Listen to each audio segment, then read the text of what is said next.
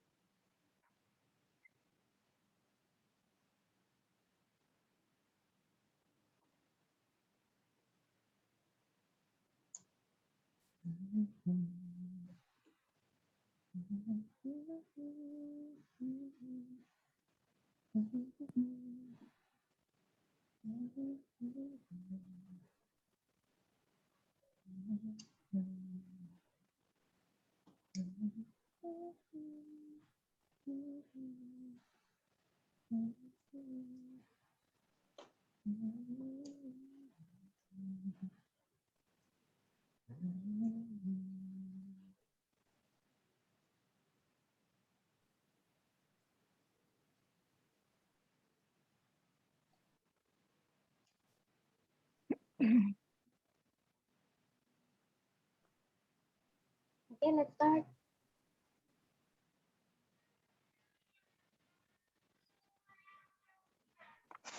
Okay, so I will start now. Almost, wait.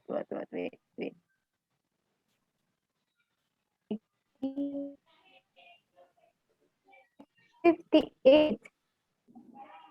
Is it okay? That's okay. 58 participants. I think that's okay. Okay, Assalamualaikum warahmatullahi wabarakatuh. Waalaikumsalam Waalaikumsalam warahmatullahi wabarakatuh. Good afternoon, guys. Good afternoon. Good afternoon. Okay, welcome back with me again. Ainun as moderator again. I hope you are not being bored for seeing my face. Of course I not. will accompany you for an hour more the last training. Okay, I just remind you if you wanna ask something, mau tanya tentang training berkaitan tentang TOEFL platform the first day till now, I think no one gives us like question. I think mereka udah ini ya, udah pada paham, udah pro nih. Like maybe. Ya maybe the last day itu banyak yang tanya ya. Feel free ya to ask something in our group TOEFL training ya guys. Okay, let's start our agenda today by reciting basmal together.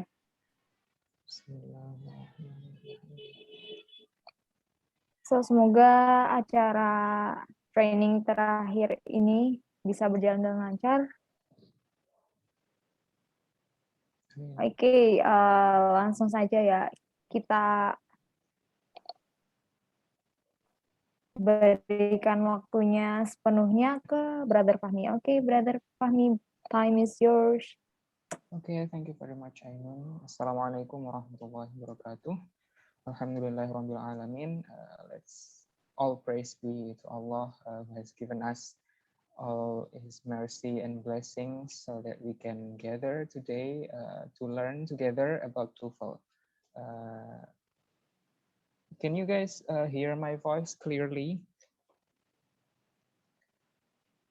Yes, Okay. brother, I can hear you. Okay, so today we are going to talk about reading, the third section of TOEFL ITP test. And as as we discussed yesterday, apart from reading itself, we are going to talk about some tips for how to improve our English. Okay, so the first section we are going to share how to improve our English, and not only from us but from you guys as well. If you think that you have a unique method that may be helpful for you to improve your English, you can share it with us as well. Yeah, sharing Okay. session. Mhm.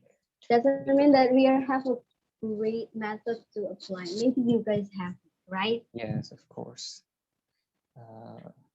And secondly, of course, we are going to talk about an overview of the reading section, like what's the general strategy, like what are the questions, how many questions, etc. And then some strategies. And here I divide the strategy into two parts. The first one is the general strategy. So how to handle each passage, okay? And lastly, we are going to discuss how to handle each individual types of question that we are going to encounter. Okay. Now, without further ado, let's continue to the first part, improving English. The first tips that I'm going to give, tips pertama yang penting adalah use English as much as possible.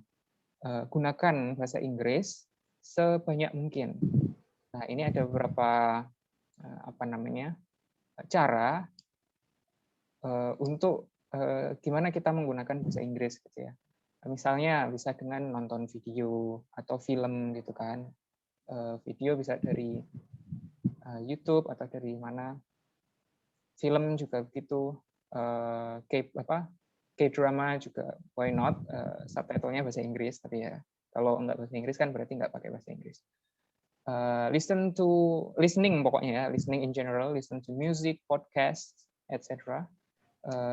Read, membaca juga, read news, articles, social media, posts, academic papers, college textbooks, novels, dan sebagainya. Pokoknya semua tulisan berbahasa Inggris itu dibaca aja. Gitu. For me, for example, I like reading news, and in my phone, I have several news apps. All of them are in English. For example, BBC, and then BBC News ya, bukan BBC les-lesan, Al Jazeera, DW, dan sebagainya. Terus nanti teman-teman kalau sudah mulai kuliah tentunya textbooknya itu juga dibaca yang berbahasa Inggris. Novel, kalau ada yang suka baca novel, nah coba sekali-sekali baca novel berbahasa Inggris.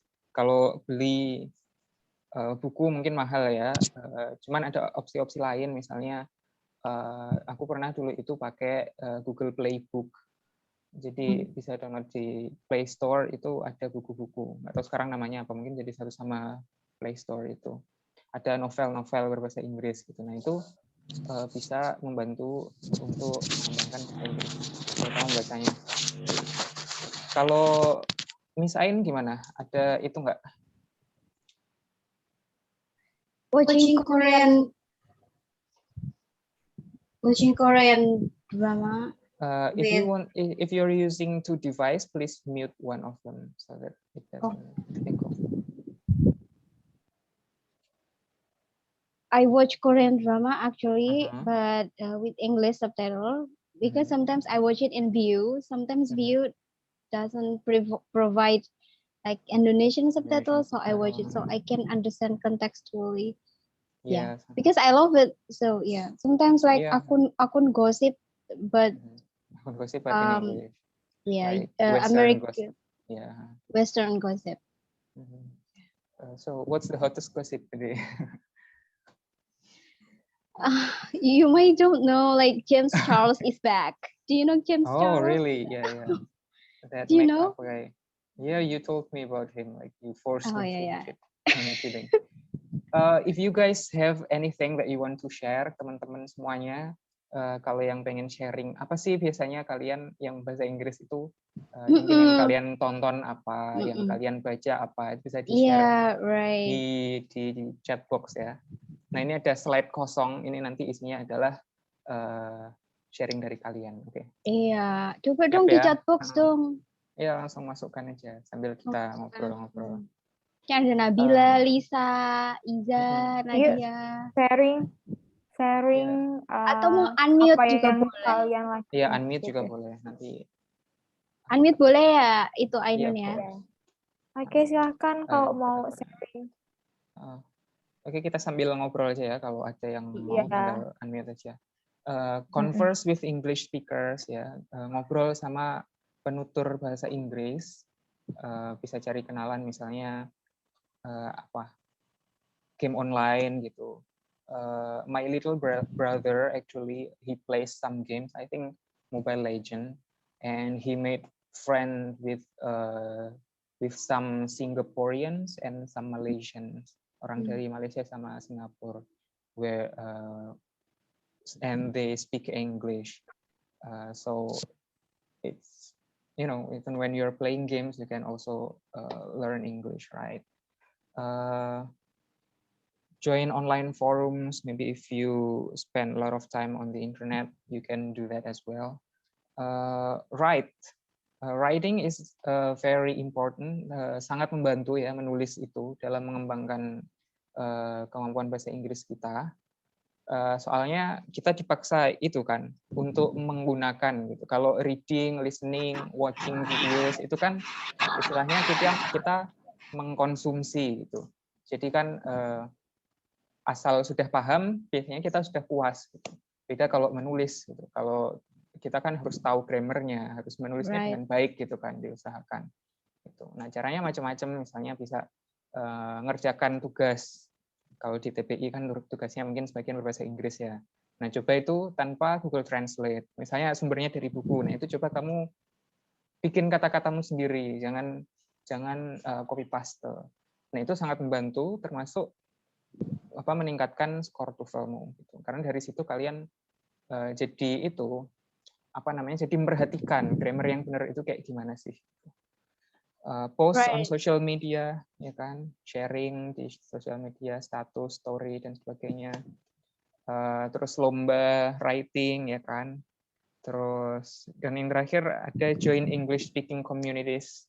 Terutama selama pandemi ini banyak bermunculan komunitas-komunitas itu ya, di mana kita bisa hangout orang-orang yang pengen ngomong berbahasa Inggris. Seperti itu. Right. Termasuk kita juga punya ya namanya virtual coffee talk yang selalu ada, insya Allah setiap hari Sabtu jam 7 malam. Kalau kalian pengen ikut, stay tune aja di story-nya IG @rumah kita di Kudus. Jadi itu bener-bener no judgment.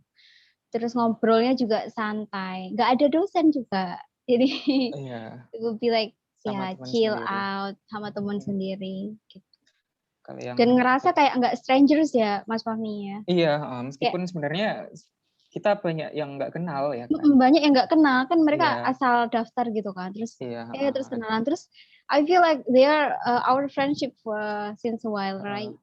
Iya, we make connection with each other even though we never know each other before. Mungkin karena kita sharing ya. Orang kalau sharing kan jadi merasa akrab. Jadi kalau teman-teman mungkin lagi stres gitu kan karena nggak bisa keluar-keluar, nggak bisa hangout sama temen, nah, bisa join kayak gitu. Itu very good for your mental health as well.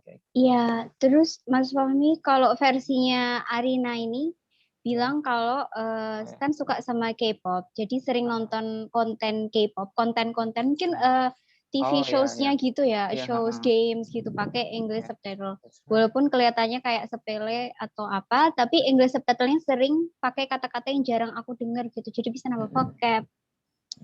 Belajar lewat hal yang kita suka itu lebih baik, lebih asik dan nggak tertekan. Iya sih. Iya emang kayak gitu ya. Pasti kalau supaya bisa konsisten itu berawal dari suka. suka Ya nggak sih? suka dulu gitu. Iya. Maka temukan topik yang suka. Nanti kita bahas itu ya. Sister Ain, ada lagi pengalaman yang mau di-share? Mungkin Aku tentang pengen tahu menulis. Ya. pengalamannya teman-teman, tahu nggak Oh, sih? iya. Ainun gimana? Iya, ini gimana nih? Wes. Oke, ya. Actually, apa ya? Aku tuh orangnya bosenan. Jadi sometimes I watch movie. Dulu sih, dulu tuh kayak there is application that we can meet from other country ya, Tiki. And then I always chat with them. And then maybe I got some ini ya. Aku saran aja kalau orang Indian jangan deh. Bakal Kenapa? ya gitu. You know that they will bring something as like what's that? You know what I mean? What do you mean? Like mereka tuh apa namanya? Kayak nggak recommended buat jadiin teacher kita buat belajar bahasa Inggris. Like you someone from New York or from what is that? Yang benar-benar native Englishnya bagus gitu. Kalau Indian kan nggak apa namanya? Nggak ini loh, nggak benar-benar bahasa Inggrisnya bagus sih gitu. Right. And I got their number and we like apa namanya change kayak apa ya gantian number gitu loh. Terus masih nyimpan sometimes I tell him that I wanna apa ya pengen guru yang bisa ngajarin aku bahasa Inggris gitu. Oke, maybe kita bisa apa ya kalau ya kan bisa voice note gitu. Sometimes dia tuh kayak ngasih vocab baru gitu. Wow, itu malah bikin cepet ya. Karena basically kamu kan sharing kan pasti sama dia gitu. Iya, maupun apa namanya sharingnya apa ya cuma hal-hal yang sepele ya. Itu bisa nambah vocab. Oh iya. Exactly. Ini sama berarti pengalamanmu sama kayak Husna, punya teman luar negeri, meski awalnya translate pasca, tapi terbiasa baca postingannya di IG. Oh gitu, jadi dia terbiasa. Alright, itu banyak itu udah. Apalagi zaman sekarang ya kan. Oh wow, itu si Julia. Wih, TED Talk. Tontonannya berat banget ya. TED Talks loh dia nontonnya. I like watching video from social media. I have friends from out of the country. That's great. I know. Ainur. Okay. Musik Reso sambil pantengin liriknya. Iya, musik juga. Kita nyanyi sambil lihat liriknya. Jadi kita tahu pronunciation-nya gimana. Exactly. Betul banget. Kita enjoy lagi nyanyi-nyanyi gitu kan. Ya, Reso lagi viral-viralnya ya. Aku nggak tahu loh, iya nggak? Iya, maksudnya kalau apa di TikTok tuh kalau kita buka TikTok tuh banyak yang rekomen Reso. Apalah aku pakainya Jux zaman kapan? Pakai Jux terus. Nonton anime. Zoom lek. Suara piano. Cek. Oh, ada yang mau ngomong, ada yang mau unmute, itu mau sharing kayaknya. Siapa ya itu? Oke. Sister Noha Resti, siapa ini ya? Noha Resti, siapa ya? Noha Resti. Halo sister or brother? I don't know. Atau mungkin kepencet kali. Iya. Oke. Mutiara, suka dengerin musik, baca novel, belum tahu artinya, terus kalau nulis di buku nanti cari artinya, terus dibaca-baca, terus bisa cover sendiri. Tadi Nora beneran mau ngomong?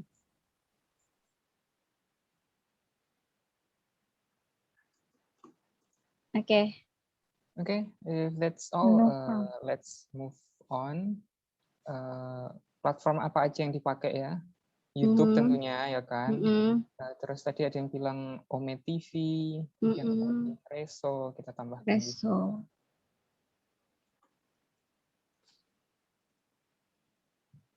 Baca komik, nah iya, dulu temanku SMA juga. Iya, seru ya. Baca komik. Baca komik. Kan Kalau tulisannya kayak- dikit. Iya. Kalau kayak komik, anime, novel gitu kan kita pasti penasaran ya. Iya. Jadi kayak mau nggak mau itu kata-katanya itu nanti kita harus tahu artinya apa. Gitu. Aku pengen tahu ceritanya soalnya, Iya, gitu soalnya. kan. Makanya Right. itu bagus untuk meningkatkan vocabulary dan Penasaran juga, ya, penasaran iya, ceritanya. penasaran. Terus expressions mungkin juga ya. Conan. Oh iya. Conan masih lanjut ya? Masih ada sampai sekarang episodenya Mutiara. Nah, ini beberapa platform yang bisa dipakai ya, YouTube, news outlets. Nah, tadi kayak seperti yang tak bilang, kalau aku beneran itu kayak nggak cuma satu sumber doang gitu kalau baca berita gitu. Ada BBC, Al Jazeera itu dari Qatar ya, tapi dia berbahasa Inggris. Jakarta Post yang lokal, CNA itu dari Singapura, DW itu Jerman, atau apa aja yang kalian suka gitu. Selain biar up to date, itu juga apa namanya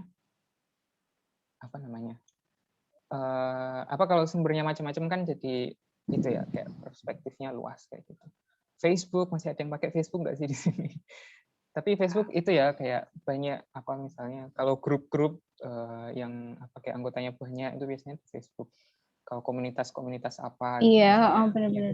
apa, nah itu bisa cari grup di Facebook. Reddit mungkin ada nggak teman-teman yang pakai Reddit?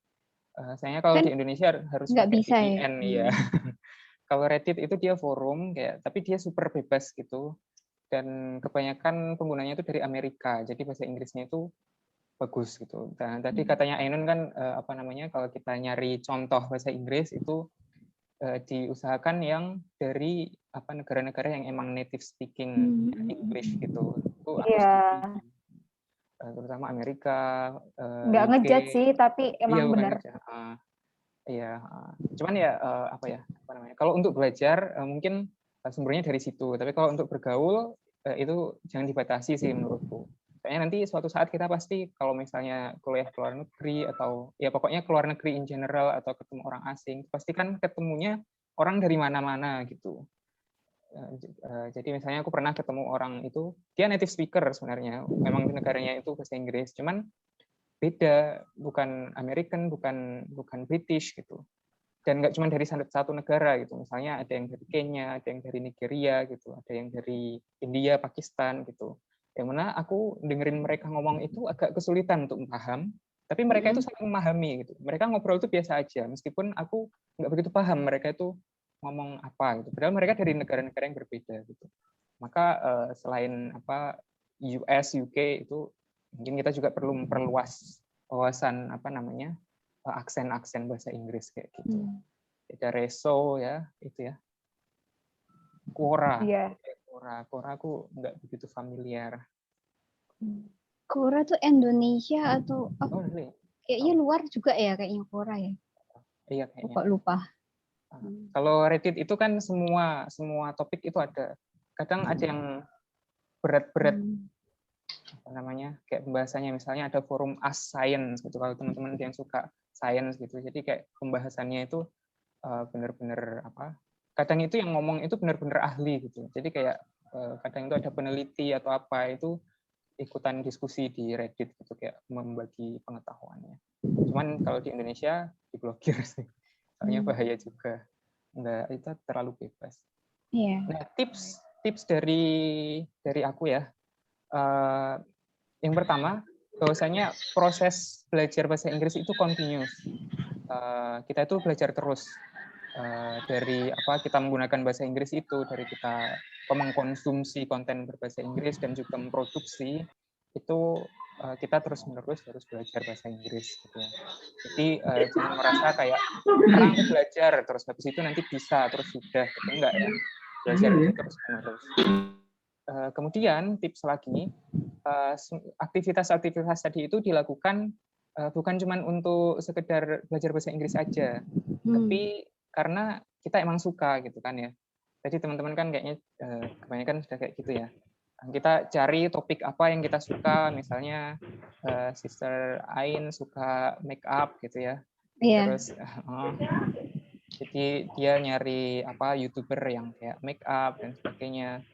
Kalau suka science ya science, teknologi, misalnya review HP atau apa komputer gitu kan, berbahasa Inggris.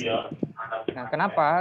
Soalnya dengan begitu kita nggak gampang bosen ya kan, nggak gampang bosen, terus motivasinya tinggi, terus ada rewardnya gitu. Ketika kita tahu, oh itu artinya kayak gini gitu, itu kan kita senang gitu, karena kita jadi paham.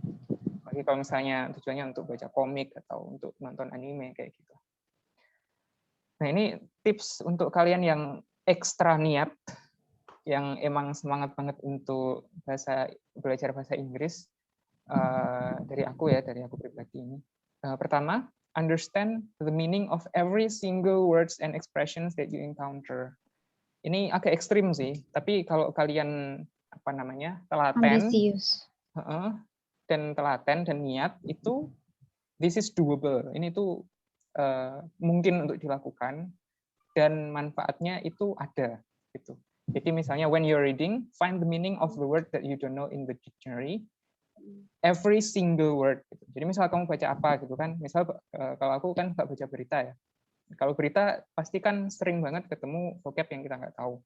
Nah kalau nggak tahu itu dicari di kamus. Dan itu semuanya, jangan sampai ada yang terlewat. Semua kata-kata itu diketahui gitu. Kalau niat itu. Jadi dicari di kamus, kemudian try to fit the word into the context of the text. Nah, kalau kita cari di kamus, itu kan pasti definisinya itu kadang nggak cuma satu doang, ada beberapa. Nah, kita jangan hanya sekedar puas dengan tahu salah satu definisi itu, tapi kita taruh itu kata-kata di kalimat tadi. Kita baca lagi, coba dengan pemahaman kita yang baru tentang kata-kata itu, apakah kalimat yang kita baca tadi itu jadi masuk akal? Apakah kita jadi, oh iya benar juga ya, ini artinya kayak gini gitu. Sorry for interrupting, but aku pernah ya, I have experience translating all of the paragraph, for example. Tapi setelah aku translate ke bahasa Indonesia, aku masih nggak ngerti ini ngomongin apa sih paragrafnya. Mungkin karena aku tidak menerapkan kayak ini kira-kira kalimat yang cocok, konteks ya, ini kira-kira arti yang cocok apa. Jadi ya tuh harus lihat artinya lebih dari satu ya. Iya, bisa jadi kayak gitu.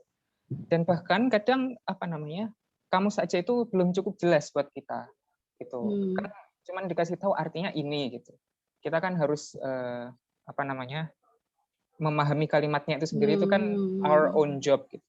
Nah, atau juga pemakaian kata ini tuh kayak gimana? Itu kan kadang nggak dijelaskan di kamus, atau paling dikasih contoh 1-2 kalimat gitu kan. Nah, triknya adalah dicari di Google. Misalnya frase apa gitu kan terdiri dari 2 kata, search di Google kayak gitu, supaya kita nemu penjelasan yang lebih detail atau contoh-contoh kalimat yang lain gitu.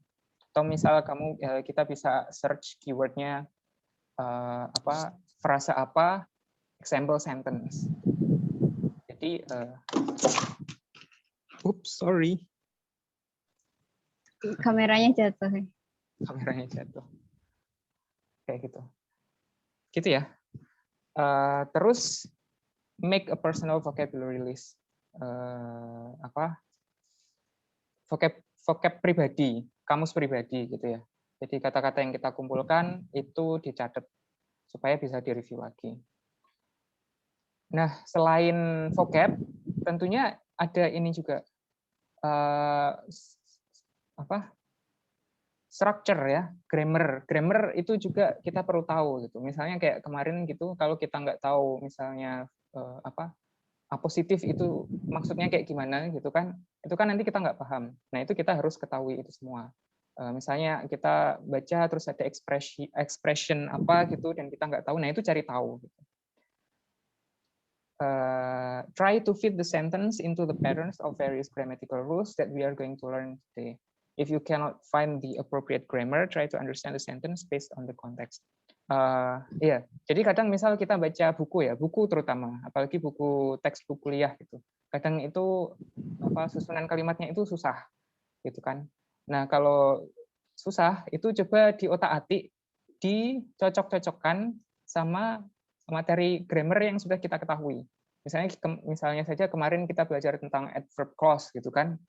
Nah, ketika kamu lihat sebuah kalimat yang kamu nggak paham, nah coba kamu cocok-cocokin apakah ini masuk sebagai adverb clause gitu, atau adjective clause atau noun clause dan sebagainya, kayak gitu.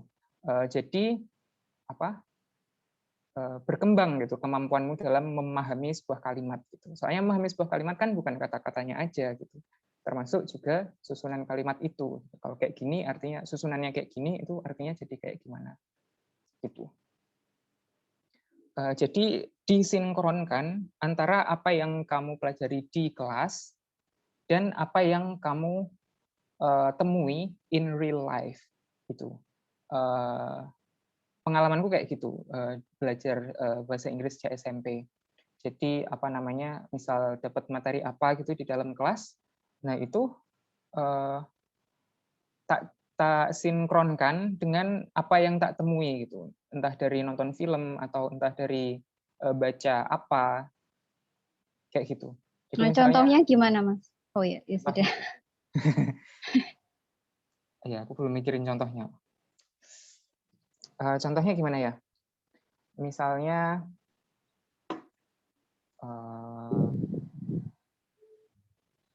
kita belajar vocab baru gitu kan. Nah, gimana ya? Contohnya nyusul ya. Aku lupa nggak bikin contoh buat ini. Kalau yang aku ceritain ke kamu yang cancel culture itu gimana, masuk nggak yang kamu maksud? Synchronize the vocabulary. Berarti kamu belajar tentang, kamu baru tahu tentang istilah cancel culture gitu ya? Awalnya nggak tahu, tapi di akun gosip di sana tuh budayanya tuh kalau misalnya orang melakukan kesalahan itu pasti langsung di cancel culture. Waktu itu aku nggak ngerti kan, what does it mean cancel culture. Tapi yang aku tahu ketika satu artis di cancel culture, berarti semua warga di sana nggak akan membeli barang-barang yang di-endorse sama artis tersebut gitu. Iya. I don't know how to say Indonesia, tapi itu kayak aku ngertinya kayak itu konteks gitu. Terus aku synchronize di Indonesia, kayaknya Indonesia nggak ada yang kayak gitu ya gitu. Terus aku synchronize lagi yang di Korea, oh ternyata Korea juga ada yang namanya cancel culture. Oh ini berarti kalau di Korea kalau artis kayak misalnya satu artis kayak gitu ngebully, kan yang lagi trending kemarin ya, ngebully, terus akhirnya dia pamornya turun, terus orang-orang jadi kayak nge-hate dia dan nggak mau, misalnya perusahaan nggak mau kerja sama dia, berarti dia sedang di cancel gitu basically.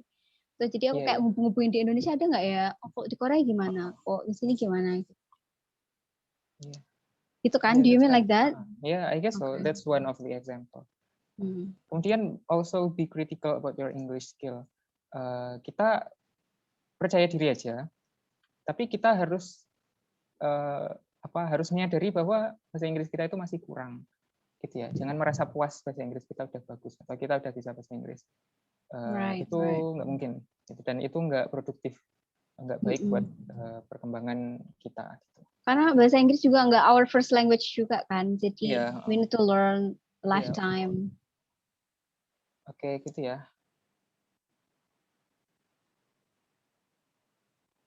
Nah, udah cukup ya ngobrol-ngobrolnya tentang how to improve English, or do you have anything else that you want to add? Oh ya, semua itu juga berpengaruh pada TOEFL kita. Oke. Seperti yang tak bilang kemarin, TOEFL itu kan test of English. Kalau Englishmu bagus, ya tesmu juga bagus, kayak gitu. Dan nggak semua hal itu bisa kita pelajari dari buku, dari teori gitu. Bahkan kalau TOEFL mungkin structure doang yang bisa dipelajari dari teori. Sisanya ya kita harus memperbanyak itu tadi praktek bahasa Inggris gitu. Apa yang kita pelajari itu dipraktekkan, gitu ya. Tadi kayak ada yang kelewat apa ya? Udah, lanjut aja ya. About reading itu part 3 dari TOEFL ya. Jadi nanti kita lihat contoh soalnya kayak gimana. Pertama pasti ada passage-nya atau teksnya, sepenggal teks gitu ya. Tak tunjukin deh contoh teks. Nah, contohnya gini. Oke, kelihatan nggak? Jadi nanti ada teks kayak gini. Di sampingnya itu biasanya ada angka-angka gini. Ini jangan bingung angka maksudnya apa. Ini itu baris. Ya, soalnya kadang ada soal yang menyuruh kita untuk nyari sebuah kata di baris tertentu, gitu, atau kalimat di baris tertentu. Nah, ini bisa membantu kita. Gitu. Jadi misalnya apa? Kata condition di baris ke 7 gitu. Nah, itu kita nggak usah ngitung dari atas 1, 2, 3, 4, 5, 6, 7. Nggak usah. Hitung aja dari 5 itu. Oh, 5 situ, 6, 7. Gitu. Fungsinya itu. Oke, kita kembali. Biasanya dalam satu tes itu sekitar 5 passage-nya. Sekitar 5 teks. Masing-masing teks itu 7 sampai 35 baris. Minimal 7, maksimal 35. Rata-rata ya paling 20-an lebih dikit gitu kayaknya. Topiknya itu diantaranya ada Science and Technology. Ini tak urutkan dari yang paling sering muncul ya. Paling sering itu Science and Technology. Jadi bisa astronomi, geologi, kimia, fisika, matematika, zoologi, botani, medicine apa, kedokteran, engineering, apa teknik gitu kayak keinsinyuran gitu, mekanika dan sebagainya. Yang paling banyak itu Science and Technology. North American History, Government, Geography and Culture. TOEFL itu dari Amerika ya. Jadi dia banyak ngangkat tema-tema Amerika gitu. Mulai dari sejarah atau pemerintahannya, geografinya atau kulturnya. Kemudian ada art, bisa sastra, bisa lukisan, bisa arsitektur, tari, drama, social science, itu kayak antropologi, ekonomi, psikologi, urban study, sosiologi, dan sebagainya, dan biografi. Dan topik ini nggak mesti apa ya, bisa dikotak-kotakkan gitu ya. Kadang ada topik yang misalnya biografi gitu ya, tapi yang dibahas adalah misalnya scientist gitu kan. Nah, nanti mungkin pembahasannya sebagian ada science-nya si scientist itu gitu misalnya. Gitu ya. Atau misalnya membicarakan seni tapi sejarahnya seni itu. Nah, kita lihat lagi contoh teks ya. Nah, ini contohnya biografi. Biografi seorang yang namanya Dorothea Dix. Kayak gitu. Atau ini contohnya history, American history, the Civil War. Gitu. Kemudian ada art and culture, art or culture, seni atau kultur. Tadi aku mau bilang apa ya? Nah, kalau teman-teman familiar sama topik-topik itu bisa jadi agak membantu dalam mengerjakan soal TOEFL. Gitu. Nah, makanya wawasan teman-teman itu juga kalau luas itu bermanfaat juga, meskipun mungkin efeknya nggak sampai signifikan banget ya, tapi cukup membantu dalam mengerjakan TOEFL. Kalau teman-teman misalnya pernah suka science misalnya atau suka teknologi gitu. Jadi memudahkan dalam mengerjakan soal kayak gitu. Nah, itu tadi teksnya. Sekarang pertanyaannya. Pertanyaannya itu ada 50 soal ya. Masing-masing teks, masing-masing passage itu 8 sampai 12 pertanyaan. Gitu ya. Macam-macam pertanyaannya itu ini. Pertama, vocabulary in context. Vocabulary. Jadi kita harus tahu arti satu kata gitu ya. Tapi in context, dalam konteks kalimat itu. Jadi biasanya soalnya the word apa, inline berapa, has the closest meaning to apa gitu misalnya. Misalnya coba kita lihat teks ya. Misalnya the word performers in line 10 has the closest meaning to apa. Kalau has the closest meaning berarti sinonimnya, gitu ya, yang maknanya paling mirip. Gitu. Itu namanya vocabulary in context. Kemudian ada yang disebut dengan factual questions, yaitu pertanyaan yang menanyakan fakta yang disampaikan oleh teks itu. Jadi misalnya according to the passage, terus pertanyaan, gitu ya. Misalnya apa? Misalnya menurut teks ini dulcimer itu apa? Misalnya pertanyaannya kayak gitu. Atau which of the following is true according to the passage. Jadi basically kayak true, bukan true or false ya. Kayak ditanya, ini pilihan ini mana yang benar, gitu kan. Terus ada inference questions. Nah, kalau inference ini yang paling sulit sih menurut kebanyakan test taker, menurut kebanyakan orang yang tes TOEFL itu yang paling sulit ini, yaitu soalnya jawabannya nggak ada di teks gitu. Jadi kita harus menyimpulkan sendiri apa yang ada di apa yang ingin disampaikan oleh si penulis. Itu namanya inference question. Contohnya the author implies. Nah, imply berarti kan nggak tertulis gitu, tapi kayak tersirat. Gitu. Which of the following can be inferred gitu. Mana yang bisa kita simpulkan dari teks kayak gitu. Kemudian main idea atau main topic atau main purpose. Nah, ini juga lumayan ya, lumayan sulit. What is the main idea of the passage? What is the passage primarily about? Nah, dulu kalau zaman SMA bahasa Indonesia kalau ditanya main idea itu susah. Tapi tenang aja, nanti kita bahas gimana strateginya. Reference questions. Reference itu maksudnya misalnya ada ini ya, misalnya ada pronoun gitu kan, it atau them atau sebagainya. Nah, itu nanti kita ditanya it ini maksudnya apa gitu. Kalau negative questions itu basically mirip sama factual question tadi, tapi kebalikannya. Yang ditanyakan mana yang salah.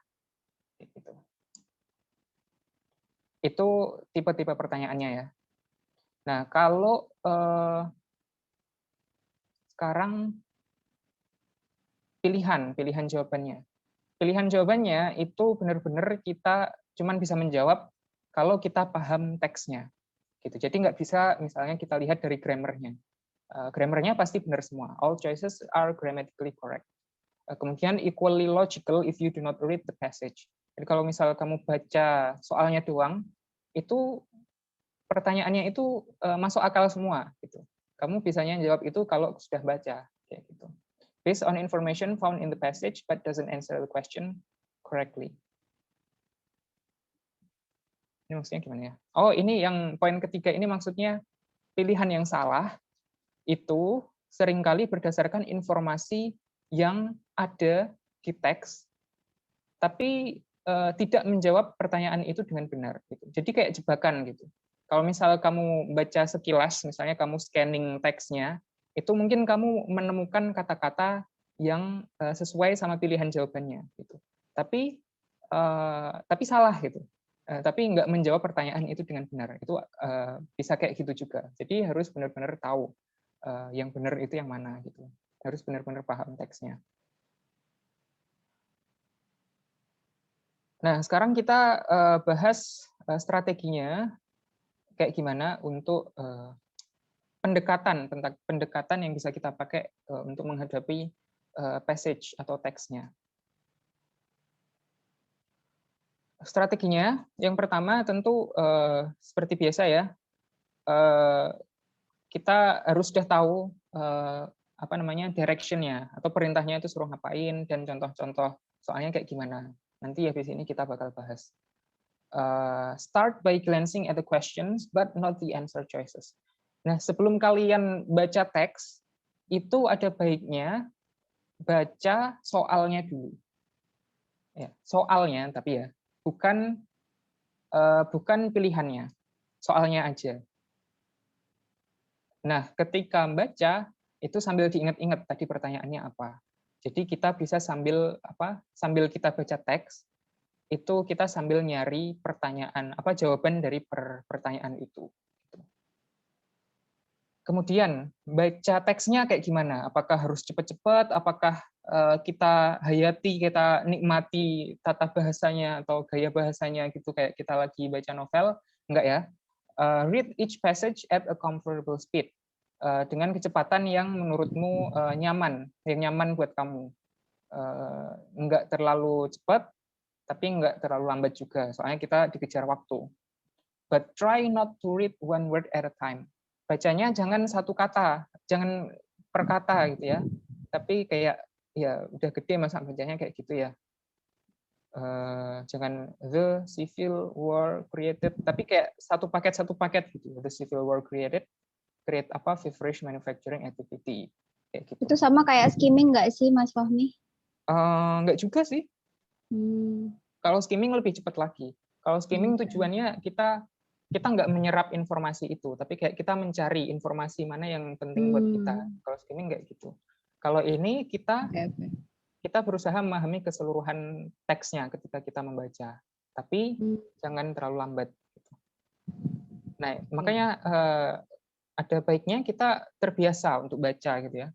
Yang suka baca novel itu pasti dia punya advantage dalam mengerjakan reading kayak gitu. Karena terbiasa ya. Iya, karena bisa terbiasa. Karena terbiasa. Bisa itu karena terbiasa. Sampai mana tadi? Oke, poin terakhir, understand the relationship between the paragraphs and form a mental map of the passage. Jadi apa? Kalau baca ya, itu kita harus paham kayak hubungan antar paragraf ini gitu. Kita jangan merasa misalnya kayak paragraf 1 itu teks sendiri, paragraf 2 itu teks sendiri. Enggak ya. Mereka itu satu kesatuan gitu. Jadi kalau bisa kita pahami paragraf pertama ini kok terus dilanjutkan ke paragraf kedua ini. Itu kenapa gitu. Nanti kita bahas lebih lanjut. Gitu ya. Itu strateginya. Oke. Oh, ini duplicate.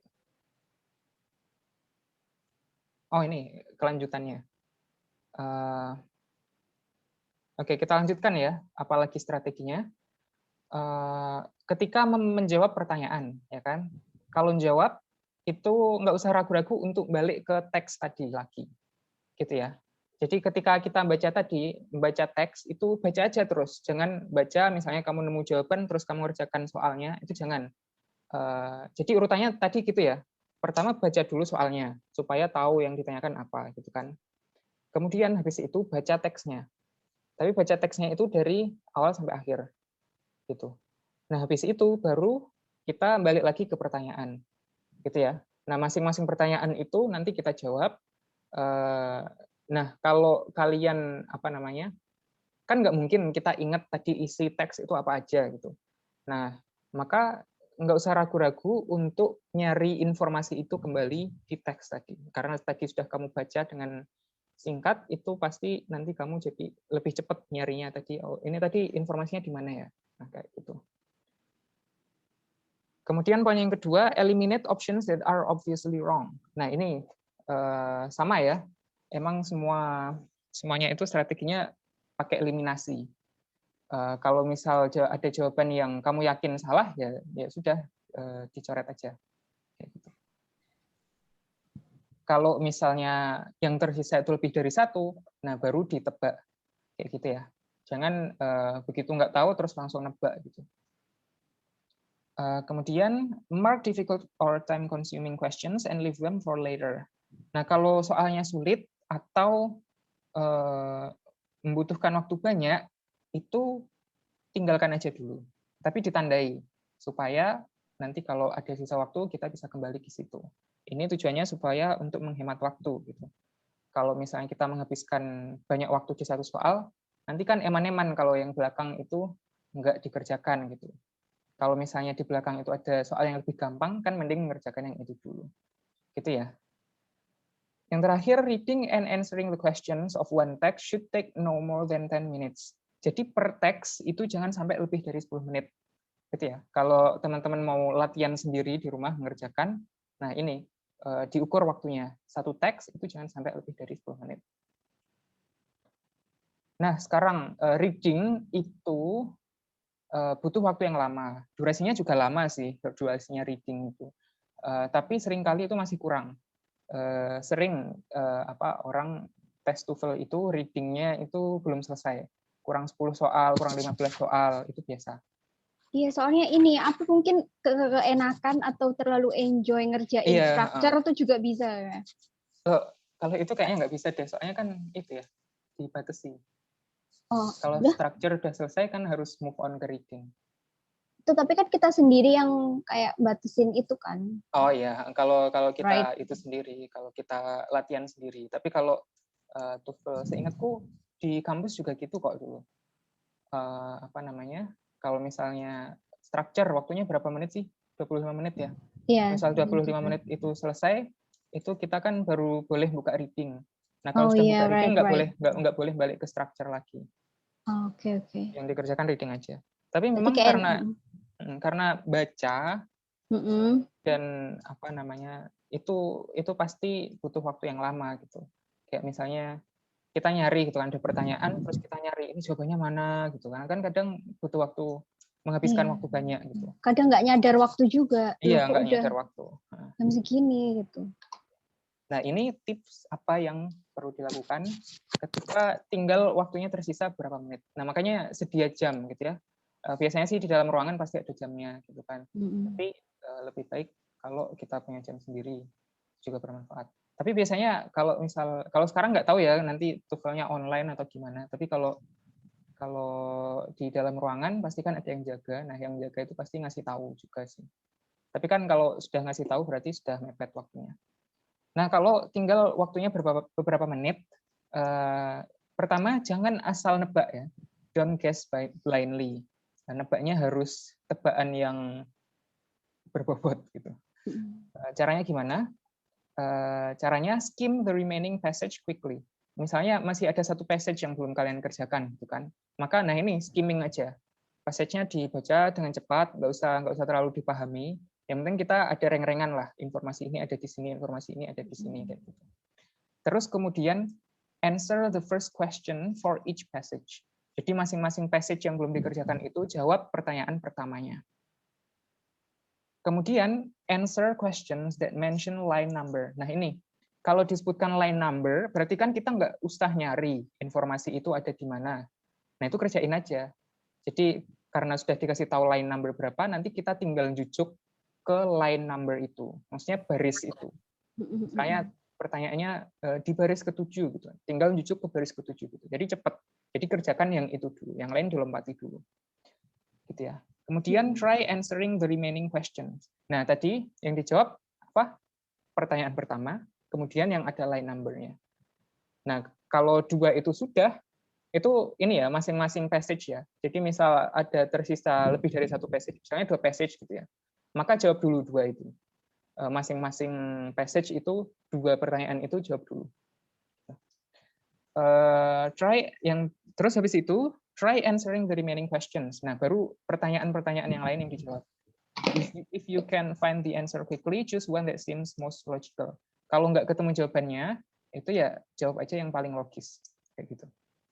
Nah, nebak itu baru kalau cuman tersisa beberapa detik. Dalam artian hitungnya bukan menit lagi, gitu ya. Berarti jangan sampai kosong ya, Mas? Iya, jangan sampai kosong. Soalnya meskipun kita ngasal, itu kan masih ada kesempatan untuk benar kalau diisi. Kalau kosong kan pasti salah. Nah, sekarang strategi yang lebih detail untuk pendekatannya untuk masing-masing jenis pertanyaan tadi ya. Yang pertama, pertanyaan yang menanyakan main idea, main topic, atau main purpose. Sesuai namanya ya, yang ditanyakan di sini adalah main idea. Main idea itu berarti keseluruhan isi paragraf itu kan, bukan paragraf, keseluruhan isi teks itu, gitu ya. Main topik juga sama, hampir sama kayak main idea. Kalau main purpose lebih ke tujuannya, gitu kan. Ini tujuannya si penulis itu apa, kalau nulis kayak gini, gitu. Maka jawaban yang benar itu harus summarize the whole passage. Jadi jawaban yang benar itu mencakup keseluruhan isi teks itu, gitu. Trik yang kedua, answer this question less. Pertanyaan ini itu dia sifatnya overview, dalam artian kamu belum bisa menjawab pertanyaan ini kalau kamu belum memahami keseluruhan teks itu. Nah, maka pertanyaan ini itu sebaiknya jawabnya terakhir.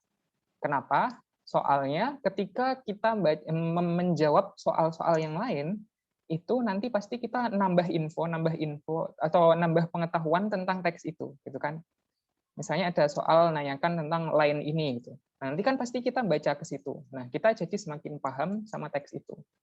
Maka untuk memaksimalkan pemahaman kita untuk mengerjakan main idea, ini dikerjakan yang terakhir. Nah, opsi-opsi yang salah atau pilihan yang salah, ABCD yang salah, itu yang terlalu spesifik. Jadi dia nggak mencakup keseluruhan teksnya, atau terlalu umum gitu. Terlalu umum, jadi misalnya opsi itu gedenya segini, teks itu cuma segini. Nah, itu berarti nggak bisa. Incorrect according to the passage. Nah, kalau secara faktual atau secara pernyataan itu nggak sesuai sama teks, berarti juga pasti salah. Dan yang terakhir, irrelevant atau nggak nyambung. Itu juga salah. Nah, supaya lebih jelas, kita lihat contohnya ya. Kita lihat contohnya, ini dari passage 1. Nah, ini, sample main topic questions.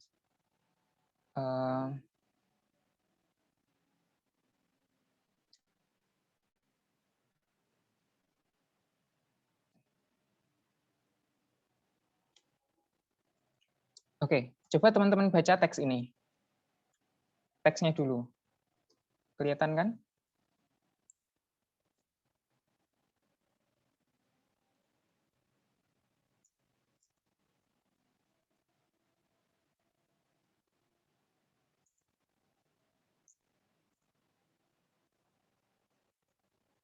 Baca teksnya.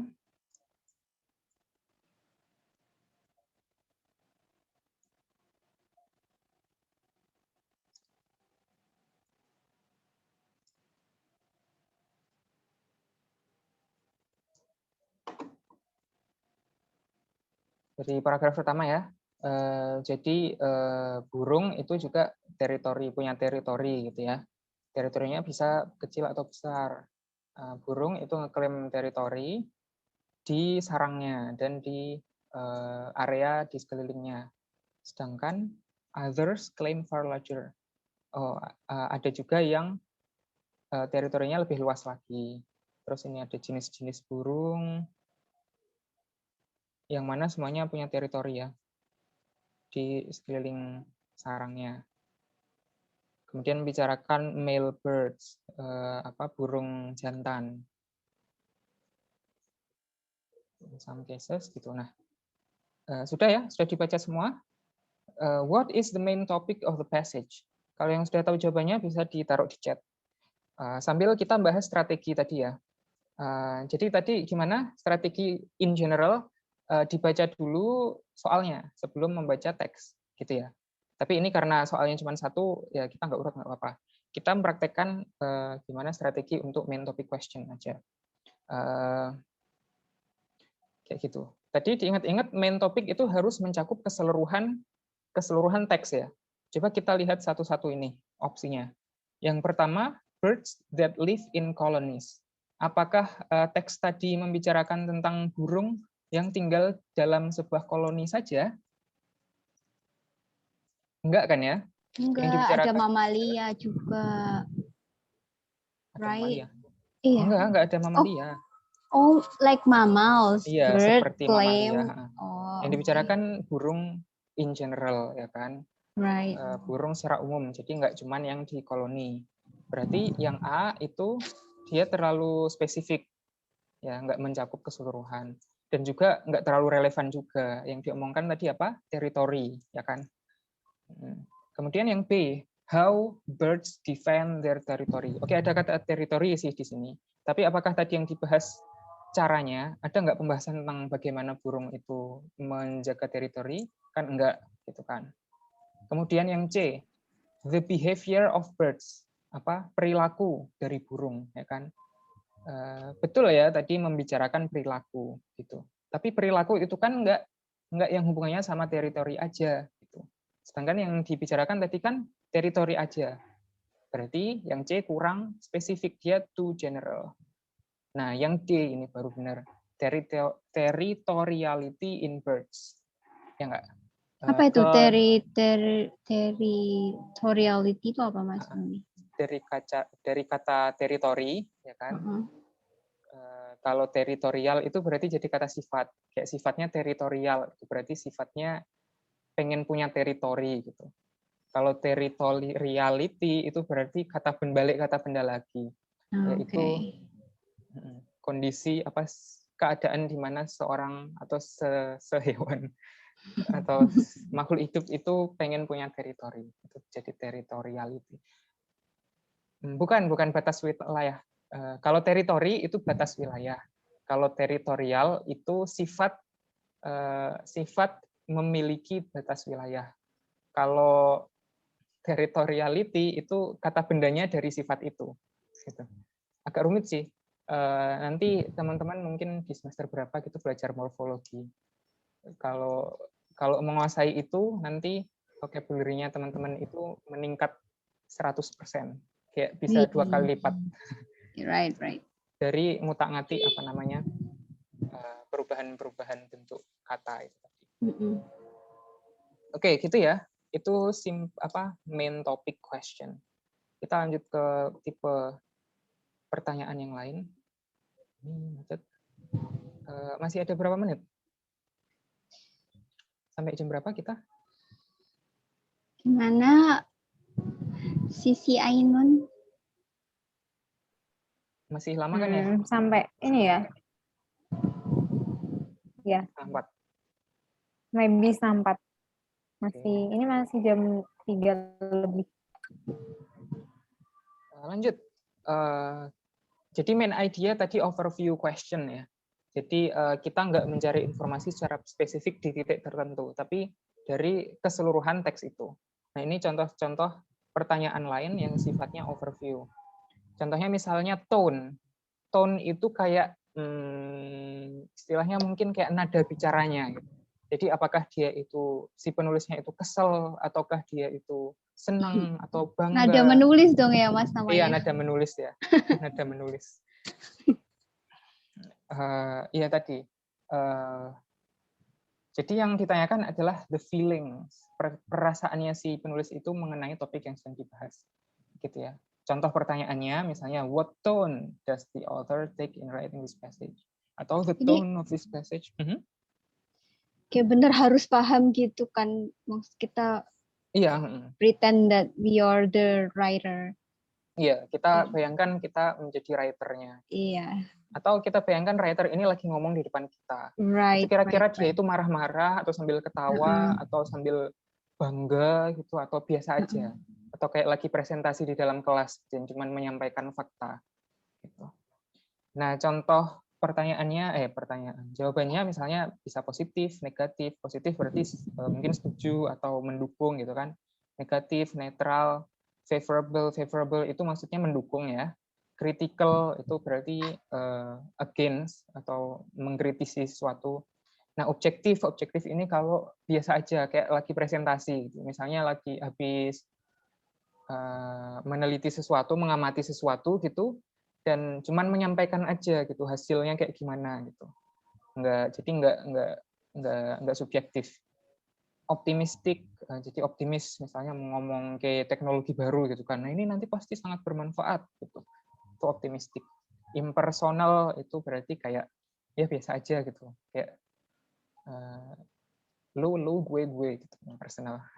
Pokoknya nggak begitu peduli gitu. Defiant itu apa ya, melawan gitu. Atau outrage sama kayak angry ya, marah. Kayak gitu. Contohnya gimana? Kita lihat ya. Contoh tone. Kecil-kecil. Nah, tone question. Nah, jadi kayak gini. The author's tone in this passage could be described as, nah contohnya ada neutral, humorous itu Tolong berarti. di full screen dong Mas. Ya, oke. Ini teksnya nggak usah dibaca dulu ya, soalnya ini cuma sepotong.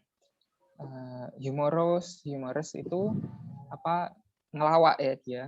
Critical, tentative itu apa ya? Nggak tahu. Coba kita lihat. I ever heard about that before. Iya. Wait a minute. Checking the dictionary. Oke, kamu aja yang cek ya. Not certain, fixed, done Oh, without gitu. confidence, hesitant. Oh ya, berarti nggak yakin ragu-ragu gitu ya, ragu-ragu, tentatif. Nanti kita balik ke sini mengerjakan ini ya setelah kita baca teksnya. Tapi kita lanjut dulu, kita hanya melihat-lihat pemandangan, contoh-contoh. Itu tadi tone question. Nah, terus ada attitude question. Attitude itu hampir sama kayak tone ya, tapi kalau tone itu jawabannya satu kata, ya kan, objektif, positif atau apa. Kalau attitude itu satu kalimat gitu. Attitude itu sikap ya kan. Di bahasa Indonesia juga istilahnya sikap. Bagaimana sikap penulis terhadap topik yang sedang dibahas gitu. Apakah dia menyatakan dukungannya ataukah dia mengkritisi gitu. Itu what is the author's attitude toward, nah, contoh pertanyaannya. Terus ada organization question. Jadi struktur dari passage-nya. Kayak gitu. Susunan passage-nya. Kalau kurang jelas mungkin bisa kita lihat dari contoh jawabannya ya. Contoh jawabannya misalnya a general concept is defined and examples are given gitu. Jadi kita ngomongin itu si teksnya itu kayak gimana sih susunannya? Oh, mungkin dia pertama konsepnya didefinisikan dulu. Terus habis itu baru dikasih contoh. Nah, kayak gitu. Kemudian questions about previous or following paragraphs. Nah, kadang teks itu, kalau kamu perhatikan, teks di TOEFL itu nggak pernah ada judulnya. Cuman teksnya aja. Nah, kadang itu beberapa teks, itu dia itu sebenarnya kayak dipotong dari teks yang lebih panjang. Gitu. Jadi misal teks 5 paragraf, tapi cuma diambil 3 paragraf, dijadiin soal. Nah, jadi kadang ada pertanyaan yang kayak gini,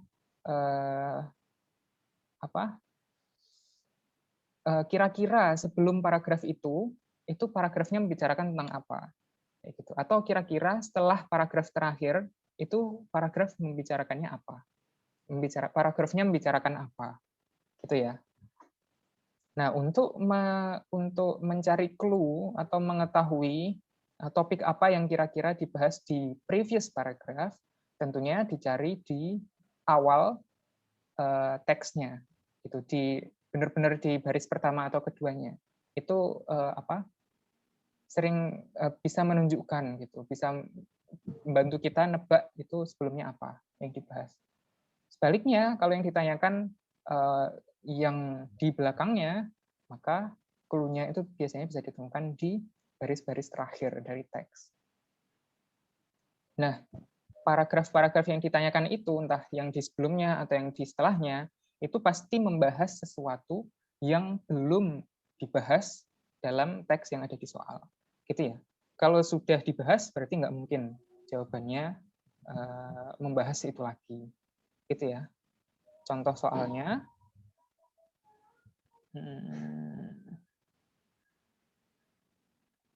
nah ini.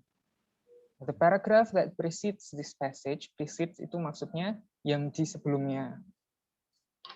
Yang mendahului passage ini, kemungkinan besar, most probably, deals with, membicarakan apa. Kayak gitu.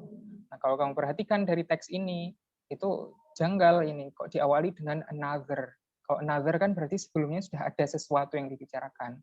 Ini teksnya nggak lengkap, memang sebelumnya ada lanjutannya atau pendahulunya, gitu ya.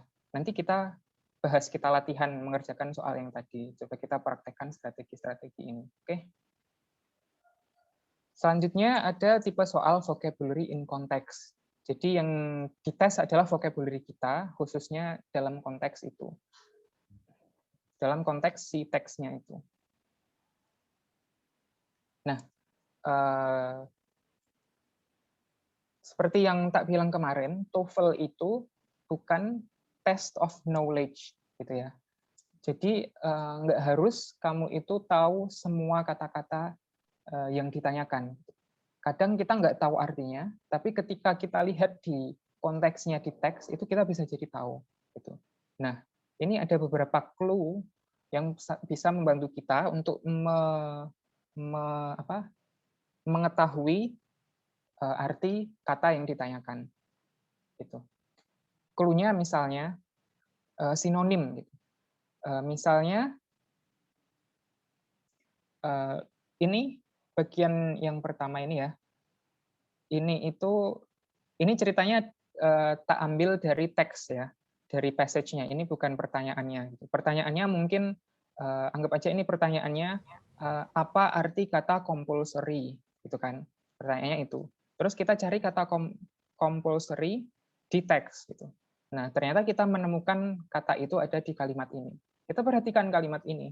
The first state to institute compulsory education was Massachusetts, which made it mandatory for students to attend school 12 weeks a year. Nah, di sini ada kata compulsory, ya kan? Terus dijelaskan lagi bahwa Massachusetts itu mewajibkan dan seterusnya. Gitu.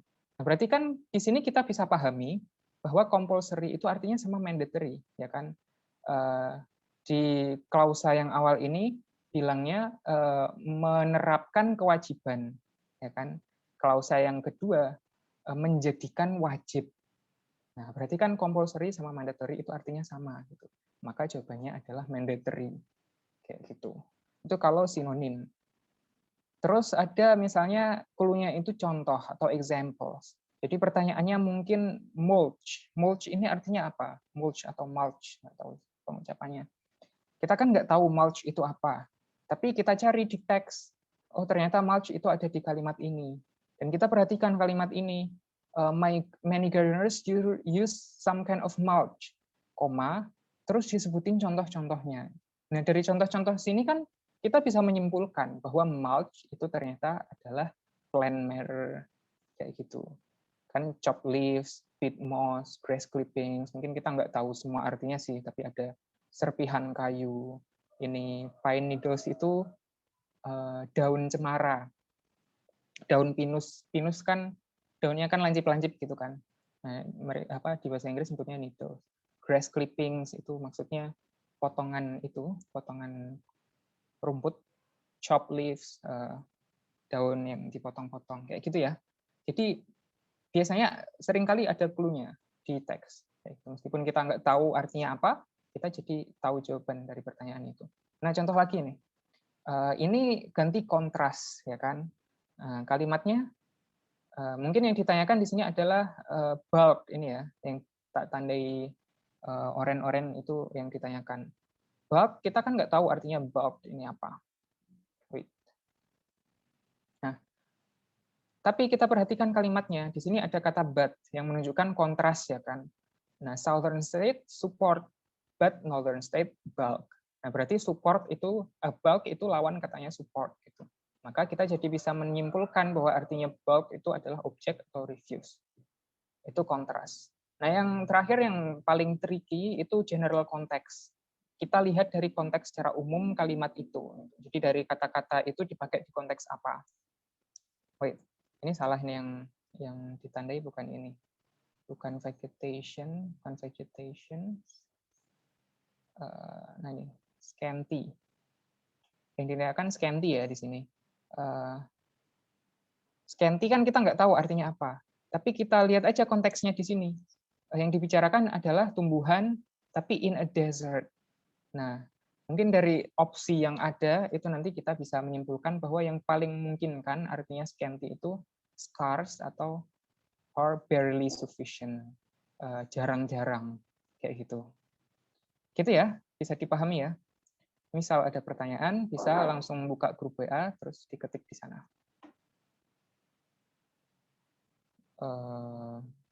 Nah, langkah-langkahnya dalam menjawab vocabulary in context. Nah, ini nanti PowerPoint-nya di-share kan ya. Kalau teman-teman nggak nggak ingat ini semua, nanti bisa di-review lagi, dibaca lagi ya, strateginya apa. Caranya, pertama, look at the question and the answer choices. Lihat pertanyaan dan jawabannya. If you are familiar with the word, kalau familiar sama kata-katanya, tebak aja dulu jawaban yang benar apa. That's okay, ditebak dulu jawabannya yang benar apa, tapi jangan langsung diisi. Soalnya vocabulary in context. Nah, harus kita cocokkan dulu sama konteksnya. Kemudian dibaca kalimatnya, kalimat di mana ada kata itu untuk mencari tahu konteksnya. Kadang yang perlu dibaca itu nggak cuma satu kalimat, tapi juga termasuk mungkin 1 atau 2 kalimat sebelum kalimat itu dan 1-2 kalimat setelah itu, gitu ya. Nah, misal tadi kamu itu sudah nebak ya kan, misal kamu sudah tahu katanya itu artinya apa, terus sudah kamu tebak, maka pastikan bahwa tebakanmu itu sudah sesuai dengan konteks di mana kata itu digunakan, konteks dalam kalimat itu, gitu ya. Nah, tapi kalau misalnya tadi kamu belum nebak, if you were unfamiliar with the word, maka pakai clue-clue tadi ya. Coba ada nggak clue yang bisa membantu gitu. Jadi makanya nggak usah khawatir kalau misalnya ketemu soal vocabulary kok nggak tahu artinya. Kadang dari konteksnya itu kita bisa tahu. Malah ngerjakan soal kita jadi nambah vocabnya ya kan. Nah, kalau misalnya kamu nggak yakin sama jawabannya, nah dicoba-coba aja kata itu diganti sama jawabannya, gitu kan? Misalnya tadi kan kata yang ditanyakan itu Bob ini kan. Nah, opsinya mungkin ada refuse gitu kan. Nah, Bob ini coba kamu ganti sama refuse gitu. Kalimatnya masuk akal nggak gitu, enak nggak didengar gitu, atau kamu karang-karang sendirilah gitu. Mungkin kamu pernah dengar kata itu tapi kayak nggak pernah merhatiin gitu kan, bisa jadi kayak gitu.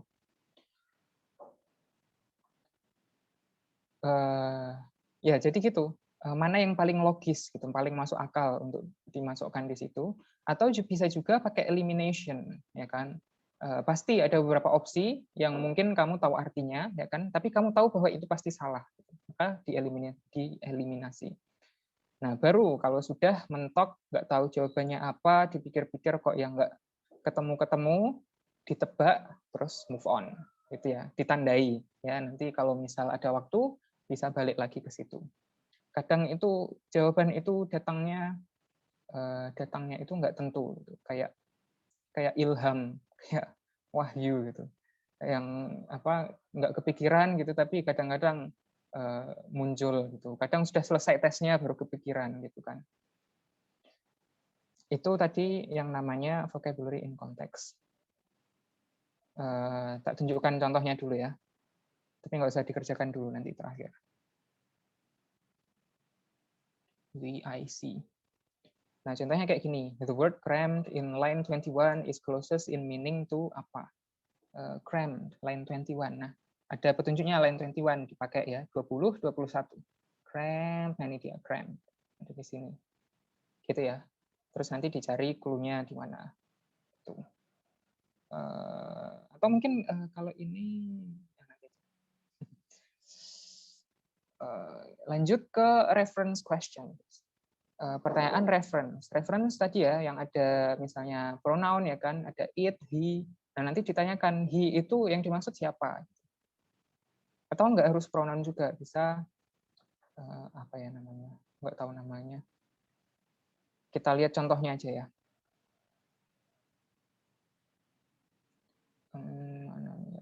Nah, ini reference ya. Oh, bukan inference. Ini reference. Nah, yang ditanyakan it line 5 gitu. Nanti diperhatikan it line 5. Kok nggak ada it?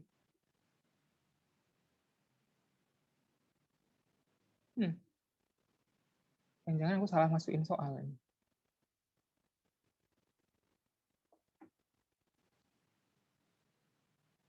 Yaudah, nanti aja kita lihat lagi ya.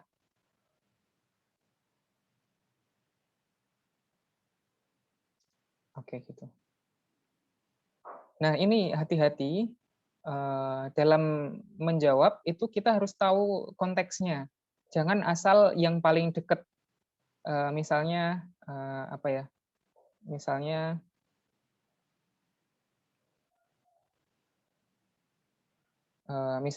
di sini ada kata answer gitu kan. Terus misalnya ada it di sini gitu kan. Berarti mungkin it yang paling dekat dari it itu kata answer. Noun yang paling dekat dari it itu kata answer. Nah, itu jangan dijawab asal dijawab itu. Belum tentu itu yang benar. Jadi harus dipahami konteksnya. Kemudian factual questions, pertanyaan yang menanyakan tentang fakta atau kesesuaian dengan apa yang disampaikan di teks.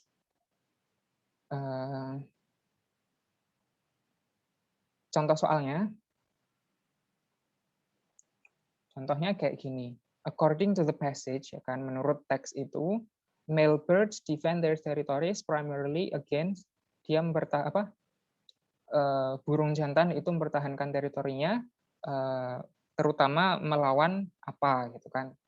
Nah, itu berarti kan fakta yang disampaikan dalam teks kayak gitu. Strateginya gimana? Pertama, locate and identify the information that the question asked. Pertama, identify, kalian cari tahu informasi ini itu ada di mana, gitu ya. Nah, caranya gimana mencari tahu itu?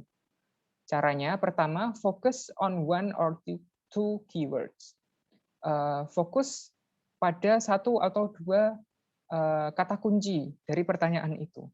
Misal ini kan yang ditanyakan adalah teritori, ya kan? Teritori, male, sama against. Ya enggak? Kalau menurutku kata kuncinya itu.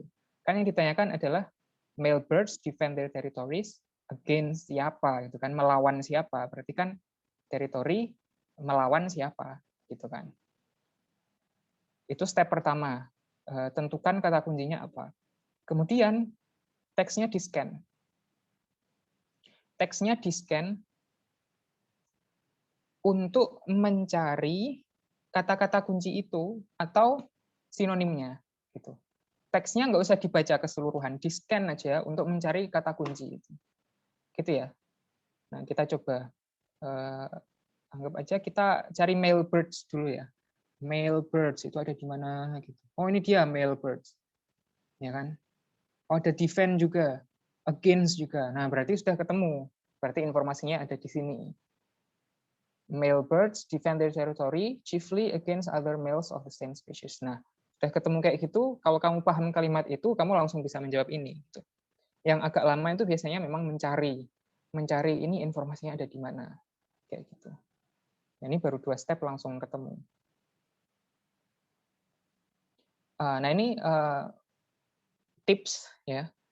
Kalau supaya lebih fokus, mungkin kamu bisa menggunakan bantuan dari pensilmu gitu ya untuk nyekan si teks itu untuk mencari kata-kata itu.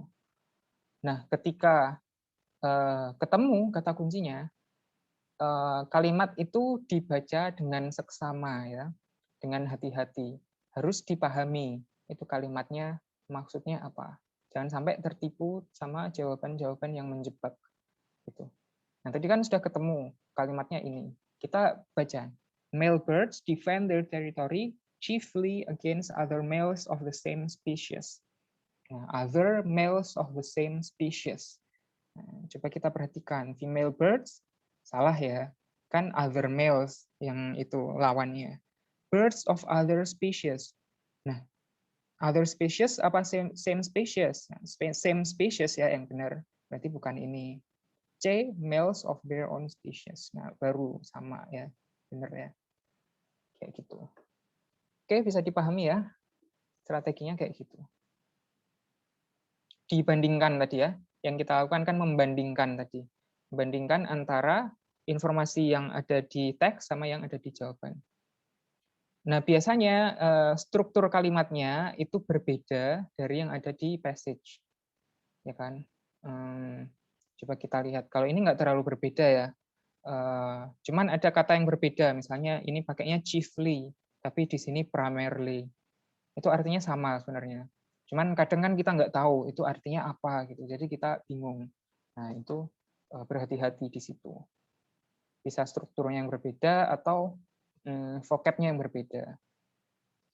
Nah, ini adalah pertanyaan yang paling sering muncul di TOEFL reading, gitu ya. Terus lanjut ke pertanyaan-pertanyaan yang lain. Ada pertanyaan negative question. Negative questions itu basically sama kayak factual questions, hampir sama. Cuman ada not atau except. Jadi yang ditanyakan yang salah yang mana. Jadi A, B, C, D itu mungkin A, B, C benar, D yang salah, jawabannya D. Gitu. Nah, triknya untuk mengerjakan ini itu dengan men-scan teksnya, tapi untuk mencari jawaban yang benar, gitu ya.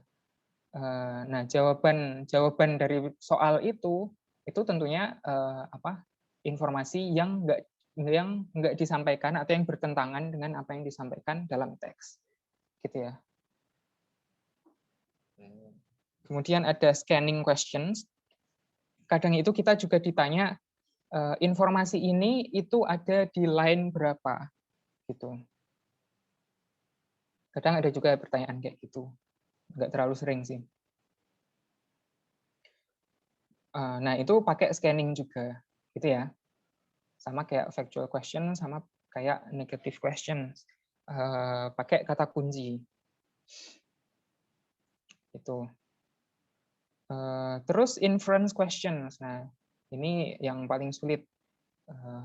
Inference question itu kamu cari jawabannya di teks itu nggak ada. Kita harus menyimpulkan sendiri dari teks itu apa yang bisa disimpulkan. Pilihan di bawah ini itu mana yang sesuai dengan teks itu. Purpose questions. Nah, kalau purpose itu ditanyakan tujuan penulis itu apa. Gitu. Nah, makanya kalau kita suka nulis, kita sering nulis, entah itu jurnal pribadi kayak diary gitu ya, atau teman-teman mungkin ada yang ikut penelitian sama dosen gitu kan, ikut nulis jurnal kayak gitu, itu sangat bermanfaat untuk ini, untuk pertanyaan purpose questions yang ditanyakan kan tujuan penulis menulis sesuatu itu apa, gitu ya. Nah, sekarang kita coba praktekkan ya strategi-strategi tadi. Kita mulai dari yang passage 1 dulu, kita bahas bareng-bareng dulu. Nanti yang passage 2 coba teman-teman jawab di chat box ya. Oke, ini contoh passage-nya, ya kan. Ini tadi nomor 1 sudah, jawabannya itu ya, D ya, territoriality. Nah, ini factual question. Coba kita praktekkan strateginya tadi kayak gimana. Pertama, kita cari, ini juga udah kita bahas tadi ya, factual question. Nah, udah kita praktekkan juga. Pertama, dicari kata kuncinya, misalnya male birds defend territories. Gitu kan. Terus di-scan, terus ketemu male birds. Terus dibaca kalimatnya, dipahami, dibandingkan sama jawaban, dan akhirnya ketemu jawabannya. Terus ini inference.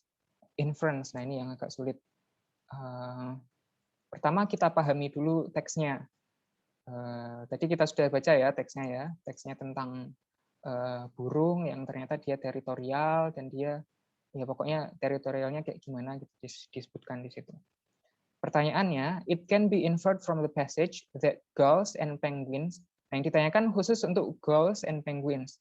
Nah, ini bisa dijadikan kata kunci. Kita cari gulls sama penguins itu gimana. Oh, ini dia. Gulls, penguins, and other waterfowl nest in huge colonies.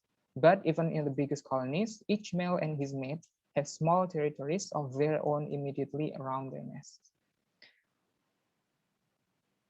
Nah, dari kalimat itu, mana yang bisa kita simpulkan? Gitu ya. Kita lihat satu-satu opsinya. Pertama, A, do not claim a feeding area as part of their territories. Betul atau enggak itu? Kita simpan dulu. Kita anggap aja ini belum yakin ya, yang A. Kemudian yang B, share their territories with many other birds. Apakah itu benar? apakah dia sharing teritorinya, disebutkan bahwa mereka itu punya koloni yang besar, ya kan.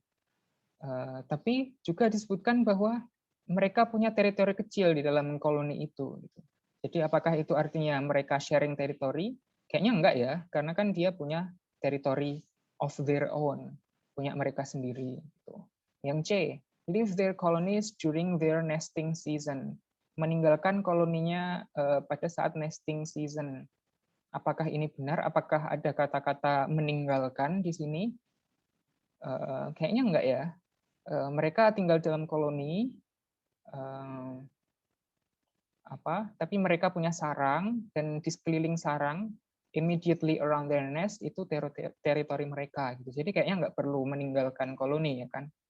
Kemudian yang terakhir, do not build nest, tidak membangun nest. Nah ini nggak masuk akal ya, kan around their nest, berarti kan mereka punya nest. Tapi kok dibilang nggak membangun nest, berarti kayaknya nggak mungkin. Berarti mungkin A nih, coba kita lihat lagi. Do not claim a feeding area as part of their territories. Iya, dia nggak ngeklaim feeding area sebagai bagian dari teritori mereka. Nah, kayaknya benar ya.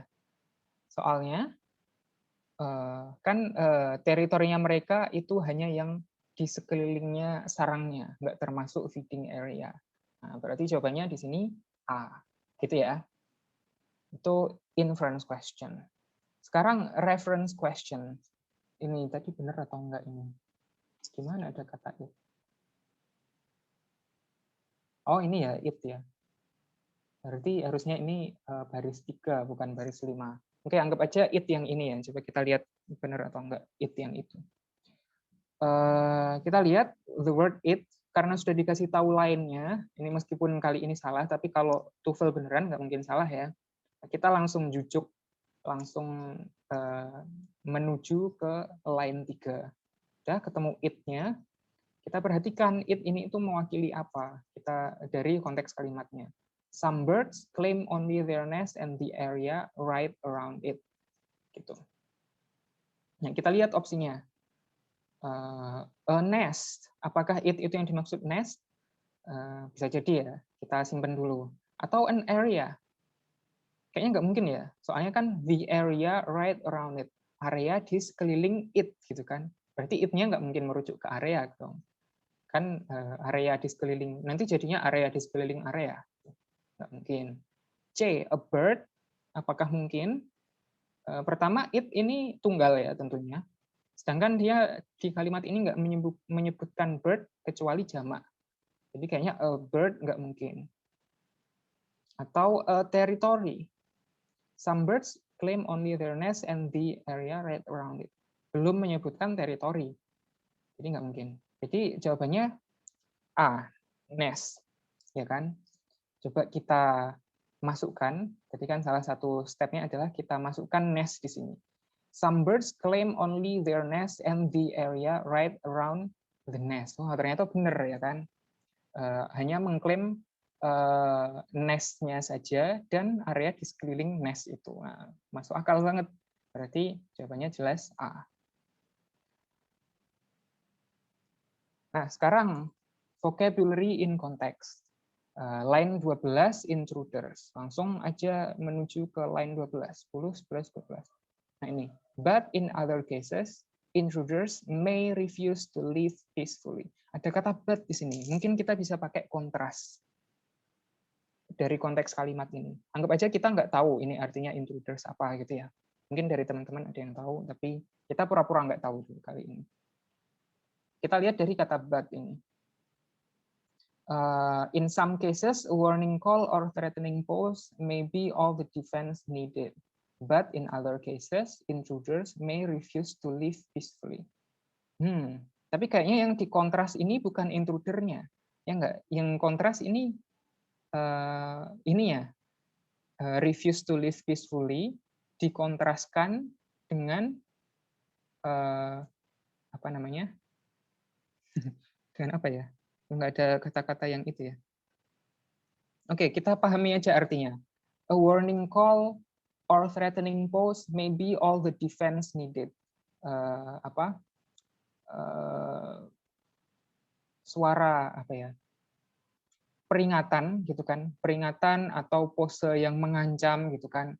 Bayangin burung gitu kan, mungkin kalau dia sedang mempertahankan teritorinya mungkin kan dia teriak-teriak atau dia badannya jadi kayak gimana gitu kan, untuk nakut-nakuti intrudernya, untuk nakut-nakuti lawannya gitu kan. Maybe all the defense needed. Oh, berarti cukup itu aja.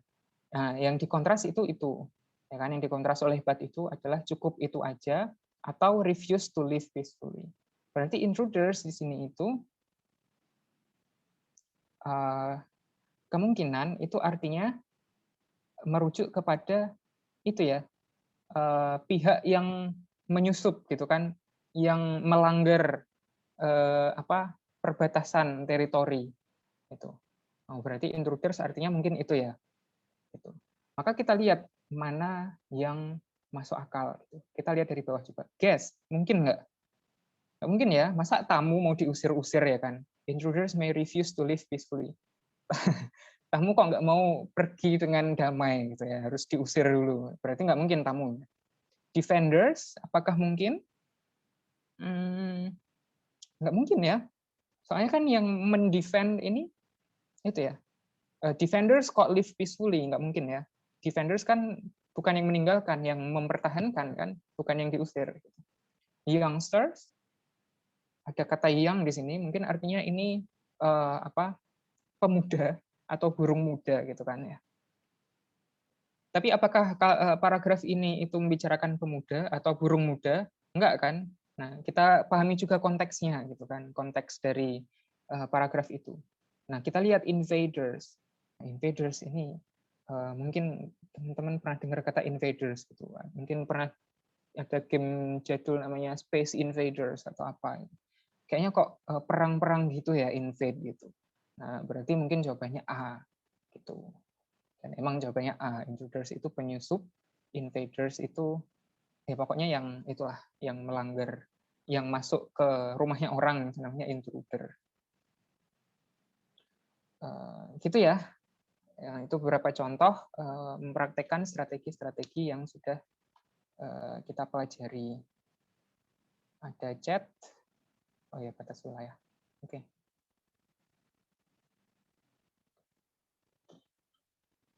Oke, kita lanjutkan ke passage yang kedua ya. Passage yang kedua ini agak panjang.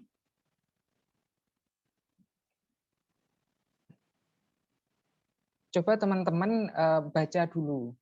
Ada 2 part. Kalau dalam tes nanti tentunya nggak terbagi kayak gini ya. Cuman ini tak bikin kayak gini karena nggak muat. Dibaca dulu.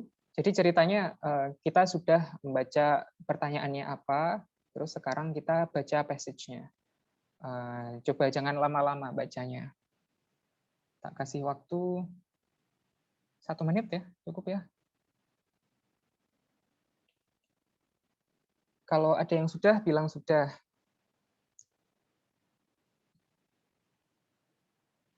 Ini Aini dan Ainun di mana nggak ada suaranya? I'm here, brother. I thought you fell asleep. I'm just kidding. No. Yeah, guys, read first. If you have done, just say in chat. Hey, just say it.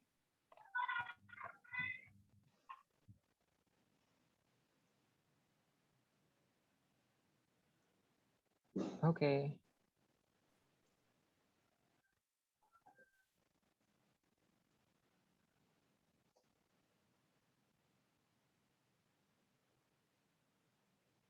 Oke, cukup ya. Kita lanjutkan. Masih ada lanjutannya.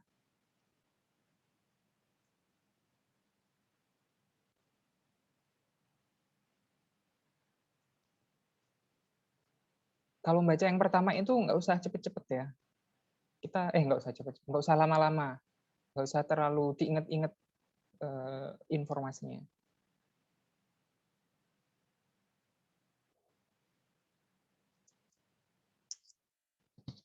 Kenapa nggak usah lama-lama? Soalnya kalau ngerjain nanti juga kita nyari lagi gitu. Yang penting kita ada gambaran umum. Oke, yang tadi udah cukup. Nah, coba dikerjakan nomor 35 ini. Yang ditanyakan preceding paragraph. The paragraph that precedes the passage most probably deals with apa?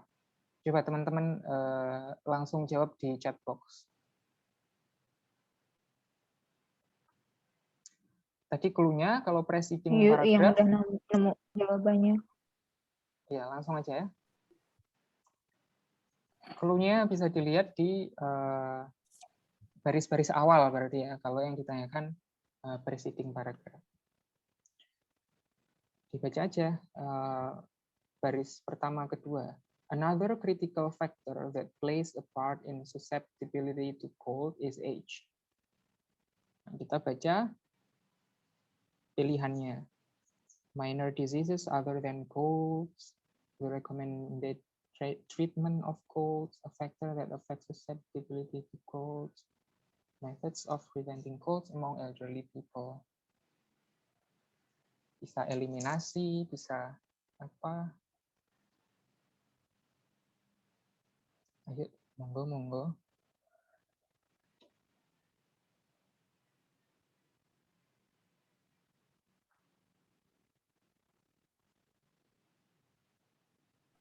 Guys, where are you?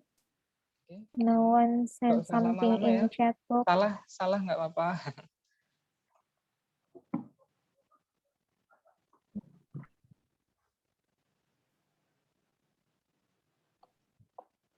Ainun jawab juga nggak apa-apa.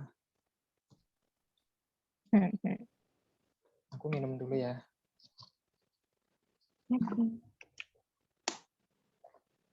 Ya udah ada yang jawab. Oke, jawaban pertama Nurul C. ya. Oke, yang lain? 2 jawaban lagi deh. Tak jawab apa, bisa dibahas. Oke, Uli C juga. Naila C juga. Oke, rata-rata jawabannya C ya. Kita lihat clue-nya di baris pertama. Another critical factor. Another critical factor that plays a part in susceptibility to cold is age. Nah, another itu kan yang lain ya kan. Another critical factor berarti faktor yang lain gitu. Nah, berarti yang dibicarakan di paragraf itu adalah faktor yang lain, ya kan? Nah, maka paragraf sebelumnya itu pasti juga membicarakan faktor. Nah, faktor apa kita perhatikan di pilihan jawabannya?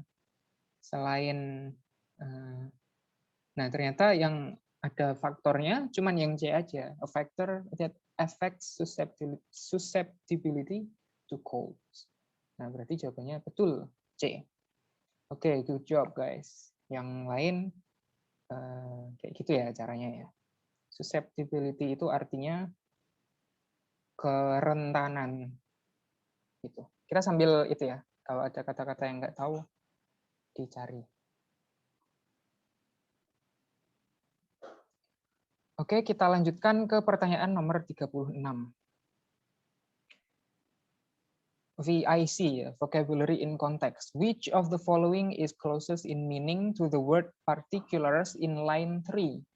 Nah, tinggal kita langsung jujuk ke line 3. Mana particulars? Ini ya. Nah, coba dipahami dari konteksnya particulars itu artinya apa.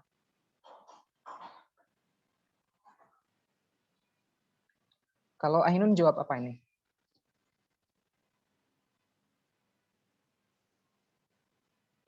Particulars. Partikular itu apa ya? Kayak partikel ya kata-katanya ya. Mungkin bisa jadi sesuatu yang kecil atau apa ya? Aduh, lupa unmute. Oh, ya. Particular is like fakta-fakta nggak sih? Fakta-fakta keterangan. Ya, bisa itu juga sesuatu yang spesifik. Ya, specific fact ya, berarti. Ya, B. oke. Itu udah ada yang jawab B. Lain? B. Ada B. D. Oke, individual people. Individual people. Satu lagi.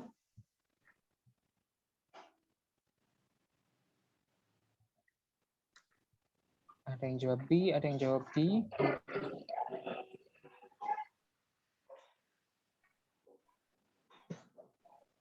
Oke, langsung aja ya. Jawabannya B di sini.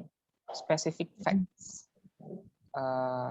Kita perhatikan kalimatnya ya. A study done by the University of Michigan School of Public Health revealed particulars.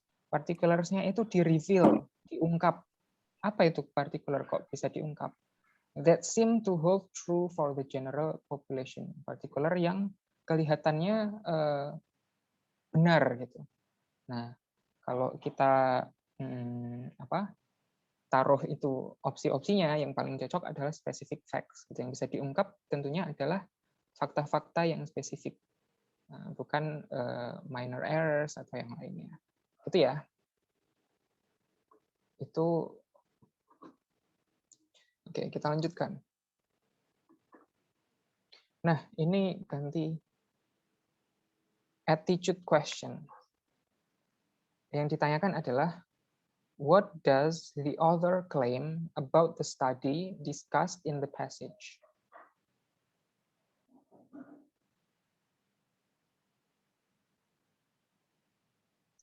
Jadi menurut si penulis, studi yang didiskusikan di passage itu tadi, itu kayak gimana? Gitu. A, B, C, D. Contains many inconsistencies. Is it true? Kita lihat ya. Enggak juga. Dia bilang reveal particulars that seem to hold true for the general population. Selalu benar untuk general population. Berarti A, mungkin ya. B, specialize in children. Enggak juga, bilangnya general population. Yang C, contradicts the result of earlier studies in the field. Dia nggak menyebutkan studi sebelumnya. Jadi yang C juga enggak. Nah, yang D berarti ya. Its result apparently are relevant for the population as a whole. Sesuai dengan kata ini, the general population. Itu berarti 37 jawabannya D. 38. It may be inferred from the passage that which of the following groups of people is most likely to catch colds. Nah, dari passage tadi, mana yang paling mungkin untuk kena cold? Catch cold itu masuk angin ya? Catch cold masuk angin? Iya, semacam masuk angin atau flu gitu kayak. Diingat-ingat aja opsinya, terus coba kita lihat teksnya. Opsinya ada infant boys, young girls, teenage boys, elderly women. Coba kita lihat.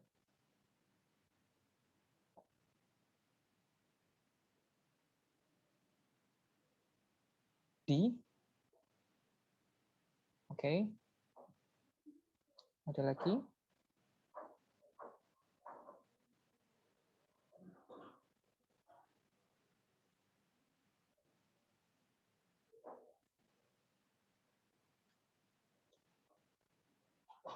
A, oke. A apa ya? A, infant. D, elderly woman. Oke. A atau D?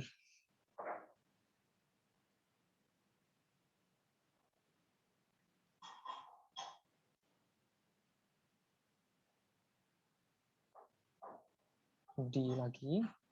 Elderly woman ya.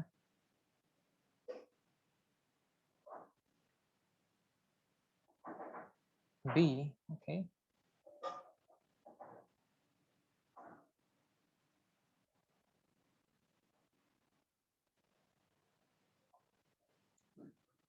Oke. Ada yang A, ada yang B, ada yang D. Ada infant, young girl, sama elderly women. Kita lihat ya. Elderly people dulu coba. Elderly people, 1 or 2 colds annually. Per tahun ya, annually. Kemudian, benar. kecuali among people in their 20s, especially women who show a rise in cold infection. Justru yang lebih tinggi itu in the 20s, di umur 20-an. Nah, berarti elderly people kayaknya nggak mungkin ya. Soalnya women in the 20s aja sudah lebih tinggi daripada elderly people. Gitu. Terus apalagi tadi? B, young girls. Young girl. After the age of 3, girls are more susceptible than boys. And teenage girls average 3 colds. 3 per tahun. Kalau teenage girls.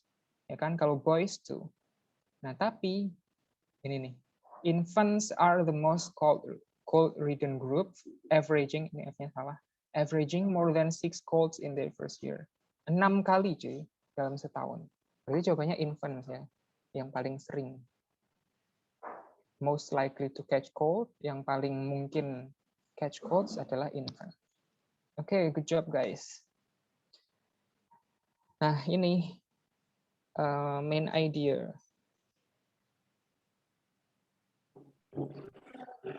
Main idea tapi untuk 1 paragraf aja. Masih ada waktunya? Okay, time is over, brother. Yeah, almost Okay. 5 p.m. Almost 5 p.m. Oke, karena waktunya sudah habis, mungkin teman-teman bisa coba ngerjain ini sendiri ya. Nanti PPT-nya kita share. Kalau mau mungkin nanti jawabannya juga teman-teman bisa share di grup ya. Dikasih nomornya sesuai ini aja biar nggak bingung. Misalnya 39 apa, 40 apa. Kalau nggak salah ini sampai 43. Gitu. Oke, gitu aja ya. Nanti dipraktekkan sendiri strateginya. Ini bisa dijadikan latihan. Thank you very much for your attention these past 3 days. We really appreciate it. We really enjoy sharing this knowledge with you. If you want to discuss, kalau mau ngomongin tentang TOEFL lagi di grup, boleh. Kita bisa bahas bareng-bareng. Terus juga kalau mau apa namanya? Kalau benar-benar pengen improve TOEFL-nya, mungkin pengen kursus, rumah kita juga akan membuka kelas TOEFL very soon. Ini belum diumumkan, eksklusif reveal ini di acaranya ETSA, baru kalian yang dikasih tahu. Kita akan membuka kelas TOEFL baru.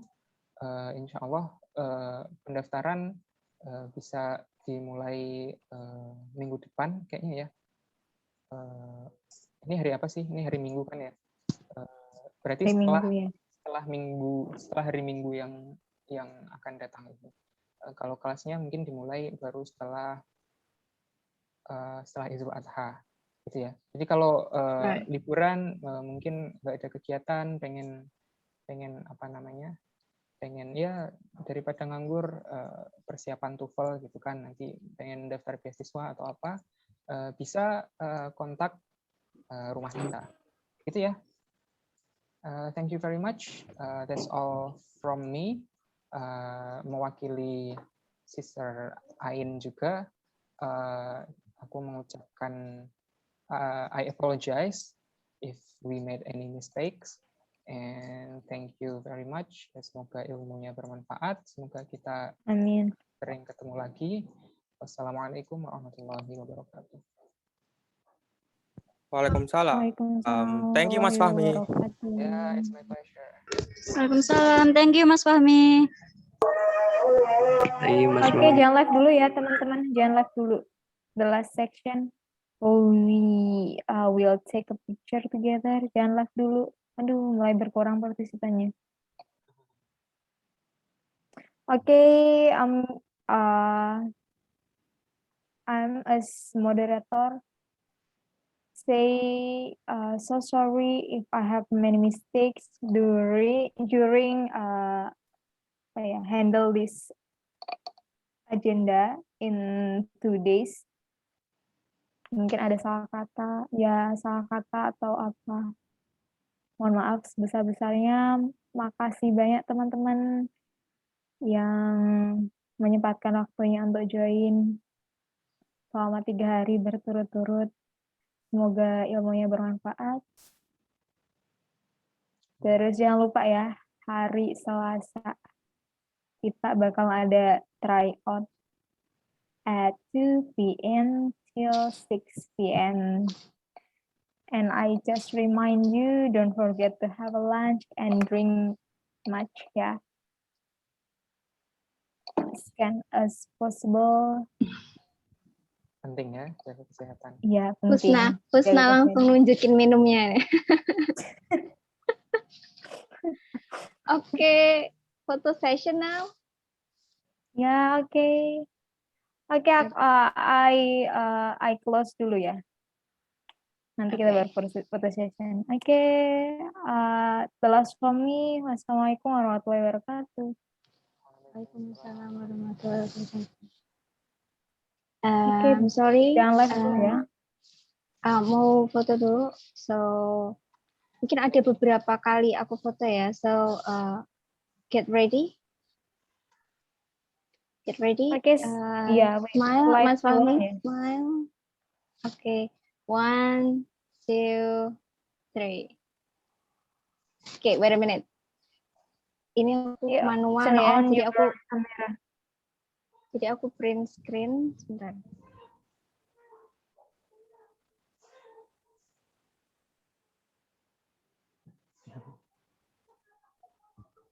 Wait a minute ya.